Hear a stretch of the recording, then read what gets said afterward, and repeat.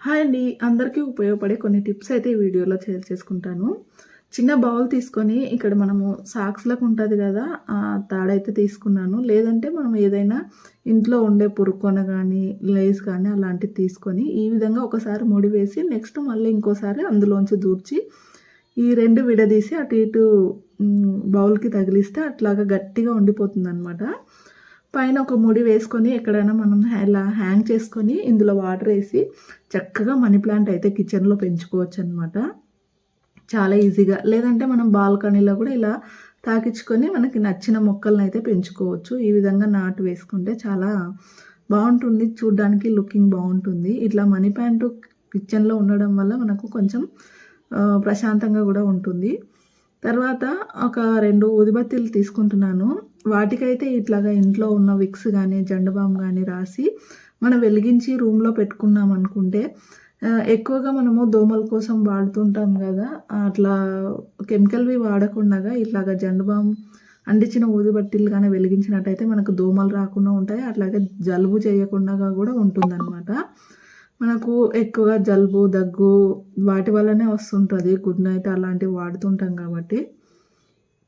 ఇదొకసారి try చేయండి. చాలా బావుంటుంది. చిన్న పిల్లలు ఉన్న ఇళ్లల్లో అయితే ఇలాంటి ప్రాబ్లమ్స్ ఎక్కువగా వస్తాయి. రూమ్‌లో ఇలా వెలిగించుకుంటే దోమలు తగ్గిపోతాయన్నమాట.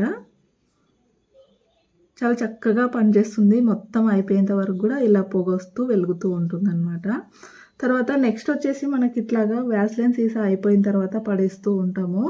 ఇది చూడడానికి చాలా క్యూట్‌గా ఉంది. ఎందుకు పడేయాలా అని చెప్పేసి దీన్నైతే ఒక ఐడియా ట్రై చేశాను. ఈ క్యాప్‌కొచ్చేసి దబ్బడం కాల్చి ఇక్కడ నేను హోల్స్ పెట్టుకుంటున్నాను. చిన్న చిన్నగా ఒక 6, 7 హోల్స్ అయితే మధ్యలో పెట్టుకుంటున్నాను. ఇదైతే మనకు సాల్ట్ డబ్బాలాగా చాలా బాగా యూజ్ అవుతుంది. మనం మామూలుగా చిన్న సాల్ట్ డబ్బా కొనాలన్నా మ్యాక్సిమం 50, 60 రూపీస్ ఉంటది. అట్లా కాకుండా మనం ఇట్లా వేడి నీళ్ళల్లో కొంచెం బాగా మరిగే నీళ్ళల్లో కడిగేస్తే ఇది స్మెల్ అంతా వెళ్ళిపోతుందనమాట. ఈ వ్యాజ్లిన్ సీసా. తర్వాత దాంట్లో ఇట్లాగా ఉప్పేసి పెట్టుకుంటే మనకు టేబుల్ పైన పెట్టుకుంటే చాలా చక్కగా చూడడానికి బావుంటుంది. మనీ కూడా సేవ్ అవుతుందనమాట. చూడండి ఎంత చక్కగా మనకు ఉప్పు పడుతుంది. ఇంకా నెక్స్ట్ వచ్చేసి ఇక్కడ చూడండి ఇవైతే అందరూ చూసిన వాళ్ళల్లా రియల్ ఫ్లవర్స్ అన్నారు. నేనైతే వీటిని టిష్యూ పేపర్‌తో మల్లెపూల్లాగా తయారు చేసుకుంటున్నాను. ఇట్లాగా స్క్వేర్ షేప్‌లో కట్ చేసుకొని మధ్యలో ఒక దాంట్లో ఒక రౌండ్ చేసి పెట్టేసి ఇంకో ఇట్లా మిగిలిన కొనల్ని నలిపేస్తే మనకు చక్కగా ఫ్లవర్స్ లాగా వచ్చేస్తాయి. కాడలకేమో ఇక్కడ నేను గ్రీన్ కలర్‌ని కొంచెం వాటర్‌లో అద్దుకొని లైట్‌గా ఇలా దానికి కింద అంటించాను. సేమ్ ఫ్లవర్స్ అంటే ఫ్లవర్స్ లాగానే వచ్చాయండి. ఇలాగ గాన తయారు చేసుకొని ఒక మాల చక్కగా మాల కట్టేసి మనం ఇంట్లో ఫోటోస్ ఉంటాయి కదా! కొన్ని దేవుడి ఫోటోస్ గానీ లేదంటే పెద్దవాళ్ళవి అట్లాగా దండలు ఏస్తుంటాం అప్పుడప్పుడు చనిపోయిన వాళ్ళకి. అలాంటి దాన్లకైతే చాలా చక్కగా వాడుకోవచ్చు వీటిని.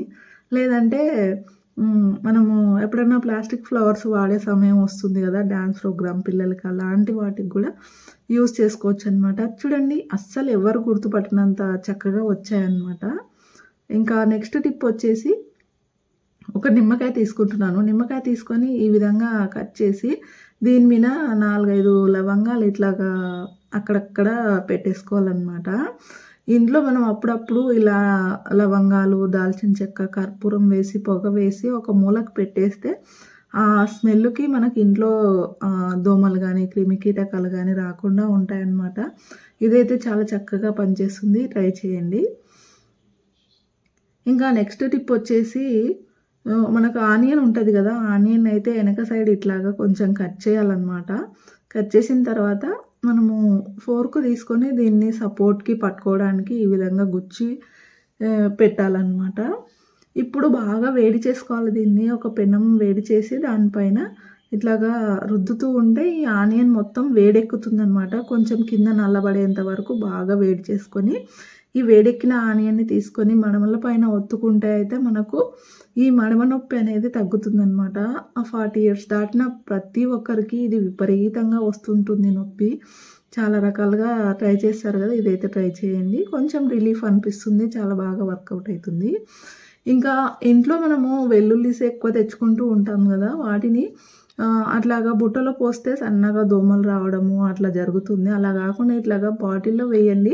చాలా నీట్‌గా ఉంటాయి. చూడడానికి కూడా లుకింగ్ బావుంటుందనమాట. చూడడానికి బయటికి మంచిగా చక్కగా కనిపిస్తాయి. అరే! ఇవి లోపలికి ఎలా వేశారు అన్నట్టుగా ఉంటాయి. ఇట్లాగా వాటర్ బాటిల్ తీసుకొని నేను దబ్బునంతో అక్కడక్కడ హోల్స్ అయితే పెట్టుకుంటున్నాను. వాటికి బాగా గాలి తగలడానికి. ఇప్పుడు చాకుతో ఒక చోట ఓపెన్ చేసుకుంటున్నాను. బాటిల్‌నైతే ఇట్లాగా పొడువుగా కోసేసి మనకు ఈ ఎల్లిపాయ గడ్డలు లోపలికేయడానికి గ్యాప్ కావాలి గదా! ఈ విధంగా ఈ గ్యాప్‌లోంచి వేసేస్తే మళ్ళీ మనం చెయ్యి వదిలేసామంటే క్లోజ్ అయిపోతుంది బాటిలు. చూడ్డానికైతే చాలా బావుంటాయి. ఈజీగా స్టోర్ చేసుకోవచ్చు. నైస్‌గా ఒక దగ్గర పెట్టుకోవచ్చనమాట. టిప్స్ నచ్చితే లైక్ చేయండి. ఇలాంటి టిప్స్ కోసం ఛానల్‌ని ఫాలో చేయండి.